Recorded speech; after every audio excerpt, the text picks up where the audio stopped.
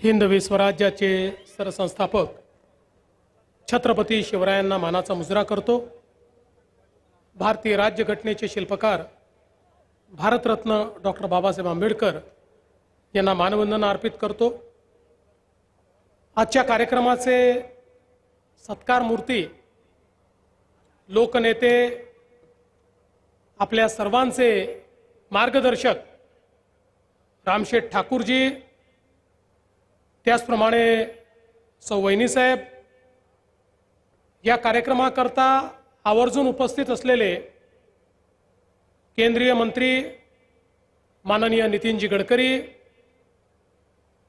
माननीय श्री गणेश नाईक साहेब, भरत शेठ गोगावले, सुनीलजी तटकरे, आशिषजी शेलार, अदितीताई तटकरे, श्रीरंगप्पा बारणे, आपले भाजपचे अध्यक्ष रवींद्र चव्हाणजी, विक्रांत पाटील, श्री दिलीप वळसे पाटील, श्री रवी शेठ पाटील, श्रीमती मंदाताई म्हात्रे, श्री महेंद्र दळवी, श्री प्रशांत शेठ ठाकूर, श्री महेश बालडी, श्री ज्ञानेश्वर म्हात्रे, श्री धैर्यशील पाटील, श्री देवेंद्र साटम, श्री चंद्रकांत दळवी, श्री जे.एम. म्हात्रे, श्री किसन जावळे, श्री विजय सिंघल, या ठिकाणी माननीय रामशेठ ठाकूर यांच्यावर प्रेम करणारे सर्व भगिनी आणि बंधूंनो, सर्वप्रथम मी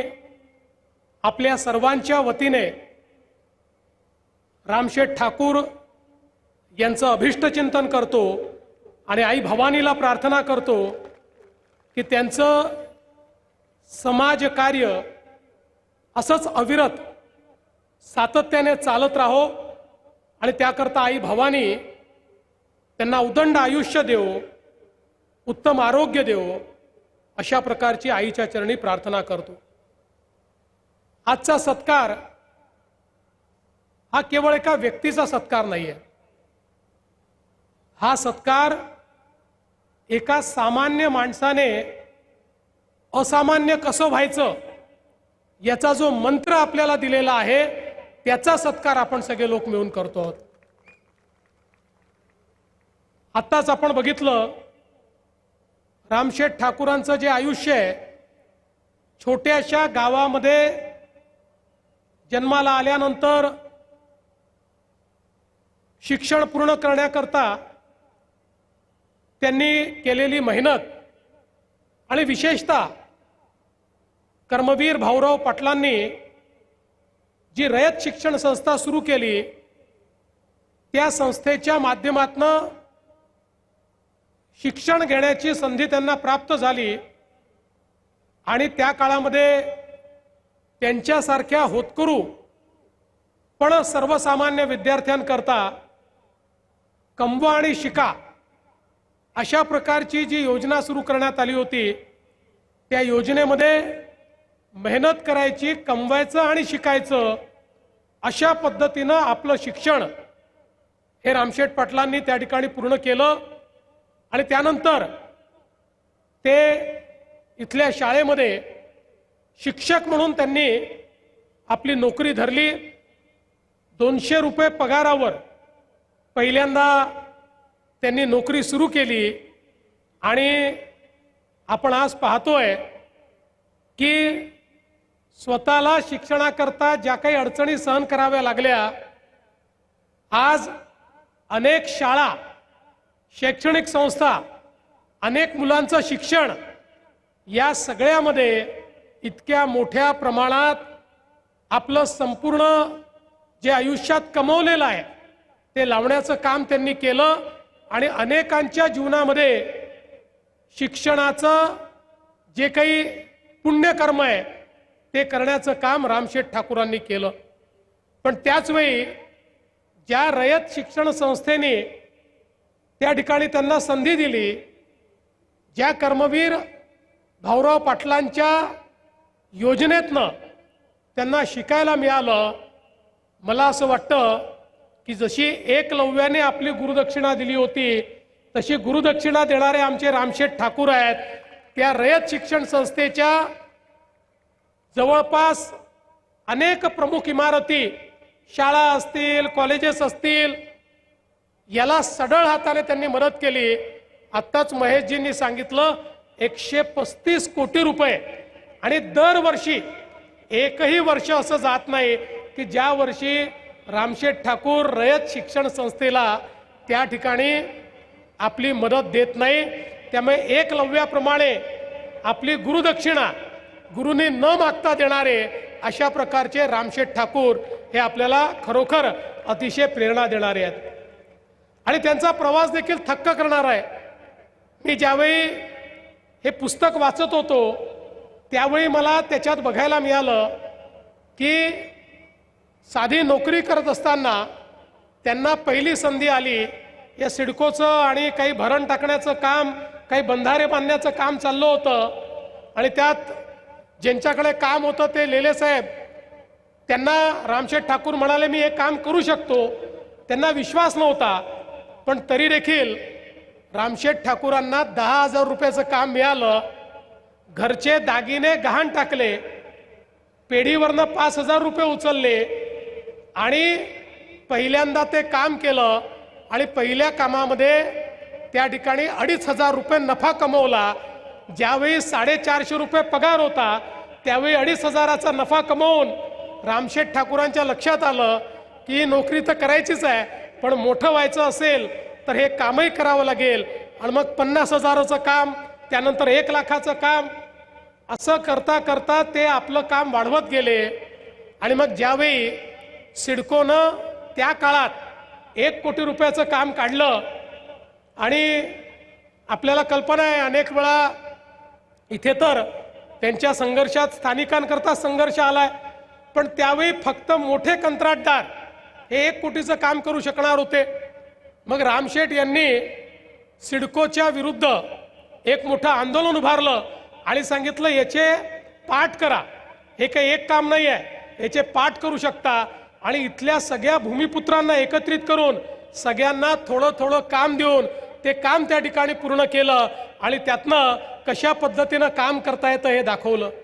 एवढंच नाही तर सिडको आला तेव्हा सिडकोला विरोध खूप होता, कोणी ऑफिस द्यायला तयार नव्हतं. रामशेठ ठाकूरांनी सांगितलं माझ्याकडे ऑफिस सुरू करा. त्यांच्याकडे ऑफिस सुरू झालं. त्याच्यावर मोठा मोर्चा त्या काळामध्ये गेला. तो मोर्चा गेल्यानंतर त्या ठिकाणी रामशेठ ठाकूरांनी सांगितलं मोर्चा याकरता आला, तुम्ही सिडको काढला पण आमच्या स्थानिकांना नोकऱ्या दिल्या नाही. आणि त्याच ठिकाणी सिडकोच्या अधिकाऱ्यांनी सांगितलं की आम्ही स्थानिकांना नोकऱ्या देतो. आणि तिथल्या तिथे स्थानिकांना नोकऱ्या मिळाल्या आणि तिथनं रामशेठ ठाकूरांनी हा आपला संघर्ष सातत्याने पुढे नेला. एक आवर्जून उल्लेख आमच्या गणेश नाईक साहेबांचा रामशेठ ठाकूरांनी केला आहे की ज्यावेळी मोठं काम या JNPT पोर्टचं निघालं तोपर्यंत कंपनी बऱ्यापैकी एस्टॅब्लिश झाली होती, पण खूप मोठं काम होतं. आणि गणेश नाईक साहेबांनी आपल्या मुलाला त्या ठिकाणी पाठवलं आणि सांगितलं की हे मोठं काम आलंय आणि हे काम रामशेठ ठाकूर करू शकतात, रामशेठने ते काम करावं. रामशेठ ठाकूर विदेशात होते, मग त्यांना विदेशात फोन लावला. ते म्हणाले मी हे काम करेन. आणि मग त्यावेळी आपल्या पोर्टचं मोठं काम हे रामशेठ ठाकूरांनी करून त्या काळचे जेवढे मोठे मोठे कंत्राटदार होते त्या सगळ्यांना मागे टाकून वेळेत काम पूर्ण करण्याचं त्या ठिकाणी काम हे रामशेठ ठाकूरांनी करून दाखवलं. आणि त्यातनं ही जी कंपनी आज इतकी मोठी आपल्याला पाहायला मिळते ती कंपनी त्यांच्या मेहनतीतून आणि एक प्रकारे त्यांच्या जिद्दीतनं त्यांनी उभी करून दाखवली. आणि भूमिपुत्र देखील काम करू शकतात, तेही उत्तम काम करू शकतात हे दाखवण्याचं काम खऱ्या अर्थानं रामशेठ ठाकूर यांनी केलं. आणि एवढंच नाही तर एकीकडे स्वतःचा व्यवसाय तर सुरू होताच, पण त्यासोबत स्वर्गीय दिबा पाटलांसोबत वेगवेगळ्या आंदोलनामध्ये ज्या प्रकारे रामशेठ ठाकूर त्या ठिकाणी भूमिका निभावत होते. एक एक प्रश्न भूमिपुत्रांचा आपल्याला माहिती आहे 80च्या दशकामध्ये फार काही कायदे नव्हते. कोणाची जमीन उचलली की घेऊन टाकायची, त्याच्यावर सरकारने नाव लावून टाकायचं. त्यांना काही मिळालं तर ठीक, नाही मिळालं तर ठीक, तुम्ही लढत राहा. अशा पद्धतीच्या या परिस्थितीमध्ये त्या ठिकाणी दिबा पाटलांच्या नेतृत्वामध्ये भूमिपुत्रांचा जो लढा झाला त्यात अतिशय प्रमुख भूमिका ही रामशेठ ठाकूर यांनी निभावली आणि टप्प्याटप्प्यानं प्रत्येक आंदोलनामध्ये भूमिपुत्रांना त्यांचे हक्क मिळत गेले। जमिनी मिळाल्या, 12.5% निर्णय झाला, घरांचा निर्णय झाला, नोकऱ्यांचा निर्णय झाला, व्यवसायाचा निर्णय झाला। अशा वेगवेगळ्या गोष्टी या सातत्याने संघर्षाची एक फार मोठी गाथा ही रामशेठ ठाकूरांची आहे। आणि म्हणूनच भूमिपुत्रांनी त्यांना थेट लोकसभेमध्येच पाठवून दिलं। हा असा नेता होता की डायरेक्ट लोकसभेपर्यंत पोहोचला आणि दोन्ही लोकसभेच्या निवडणुकीमध्ये दिग्गजांना त्या ठिकाणी पराभूत करण्याचं काम हे रामशेठ ठाकूर यांनी केलं। आणि त्यानंतर हे देखील राजकारणामध्ये खूप कमी पाहायला मिळतं, पण रामशेठ ठाकूर असा व्यक्ती होता ज्यांनी 51व्या 52व्या वर्षी घोषित करून टाकलं की आता मला राजकारणात राहायचं नाही, मी राजकारणात राहायचं नाही म्हणजे मी निवडणूक लढणार नाही। खरं म्हणजे अनेक निवडणुका ते जिंकू शकले असते, पण त्यांनी निर्धार केला, निर्णय केला आणि निर्णय केल्यानंतर मागे वळून बघितलं नाही आणि सातत्याने समाजकार्य ते करत राहिले। आज हा रायगड जिल्ह्यातला जो नवा मुंबईचा सगळा भाग आहे, या भागाच्या विकासामध्ये त्यांचं जे योगदान आहे हे निश्चितपणे आता तर पुढच्या काळामध्ये आपलं सरकार मुंबईपेक्षा सुंदर मुंबई ही या रायगड जिल्ह्यामध्ये आणि नवी मुंबईमध्ये करणार आहे। खरी पुढची मुंबई इथेच होणार आहे। मुंबईचं आणि महाराष्ट्राचं नव्हे तर देशाचं ग्रोथ इंजिन हे असणार आहे। आता देशामध्ये सर्वात जास्त डेटा सेंटर असतील, सर्वात जास्त टेक्नॉलॉजी असेल, सर्वात जास्त जॉब्स असतील, सगळ्या गोष्टी याच ठिकाणी तयार होणार आहेत। पण जेव्हा जेव्हा या क्षेत्राचा इतिहास लिहिला जाईल त्या इतिहासामध्ये ठळकपणे जी नावं लिहिली जातील त्यातलं एक नाव हे रामशेठ ठाकूरांचं असेल, हे मात्र या ठिकाणी मी सांगू इच्छितो। आणि नवी मुंबई एअरपोर्टच्या संदर्भात महेशजींनी उल्लेख केला, ही गोष्ट खरी आहे। जर रामशेठ ठाकूरांची मदत मिळाली नसती तर हे नवी मुंबईचं एअरपोर्ट आम्हाला करता आलं नसतं। मी ज्यावेळी याचं काम हातामध्ये घेतलं, आपल्याला माहिती आहे 20-25 वर्ष भिजत घोंगडं होतं, हातात घेतलं, वेद पूर्ण करायचं आणि त्यावेळी आमच्या मदतीला रामशेठ ठाकूर धावून आले। त्यांनी संघर्षाने नाही तर सामंजस्याने समोरासमोर बसून भूमिपुत्रांचेही प्रश्न सोडवून घेतले आणि आम्हाला जमीन देखील त्या ठिकाणी मिळवून दिली। आणि म्हणून आज हे जे नवी मुंबईचं एअरपोर्ट आहे, जे एअरपोर्ट 2030 साली भारतातलं सगळ्यात मोठं एअरपोर्ट असेल आणि त्याच्या पुढे जगातल्या पहिल्या 10 एअरपोर्टमध्ये जे येणार आहे अशा प्रकारचं एअरपोर्ट आपण पूर्ण करू शकलो, त्यांच्यासारखा नेतृत्व गुण असलेला व्यक्ती या ठिकाणी होता म्हणून। आणि मला आज उल्लेख या ठिकाणी केला पाहिजे की रामशेठ ठाकूरांचं हे जे सगळं समाजकार्य आहे, अनेकांना शिक्षणाकरता मदत असेल, अनेक लोकांना वेगवेगळ्या पद्धतीने व्यवसायात मदत असेल, जसं मगाशी सांगितलं आगरी कोळी महोत्सव असो, मराठी दिवाळी अंकाचा विशेषांक असो, त्याचा महोत्सव असो, सगळ्या गोष्टीच्या पाठीशी खंबीरपणे ते उभे राहतात। आणि आज याही गोष्टीचा मला आनंद आहे की त्यांचा वारसा अतिशय मजबूतीनं, अतिशय चांगल्या पद्धतीनं, अतिशय खंबीरपणे आमचे आमदार प्रशांत शेठ या ठिकाणी चालवून राहिलेले आहेत।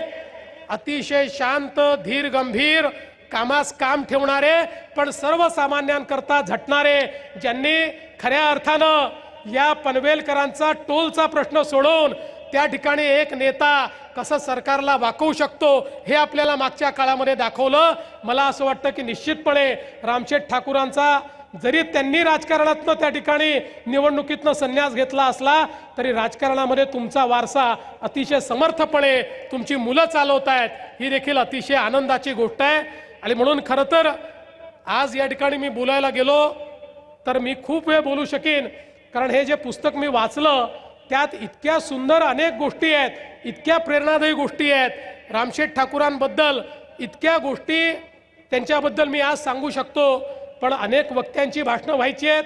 माननीय गडकरी साहेबांची मी परवानगी घेतली, मला एका कार्यक्रमाला पोहोचायचं आणि तिथे वेळेवर पोहोचणं गरजेचं असल्यामुळे खरं तर पूर्ण वेळ या कार्यक्रमाला उपस्थित राहायचं होतं। परंतु मला या कार्यक्रमातनं जावं लागणार आहे, म्हणून मी पहिले बोलण्याची संधी या ठिकाणी घेतली.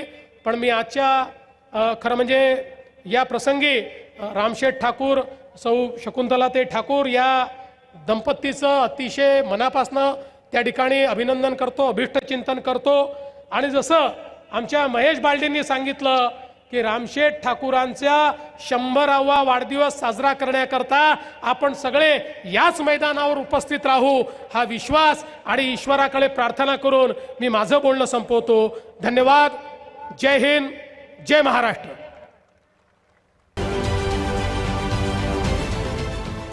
देश विदेशातील प्रत्येक घडामोडींचे लाईव्ह अपडेट मिळवण्यासाठी आता साम टीव्हीच्या सर्व सोशल मीडिया प्लॅटफॉर्मला लाईक, फॉलो आणि सबस्क्राईब करा. तसंच सर्व नोटिफिकेशनसाठी बेल आयकॉन प्रेस करायला विसरू नका.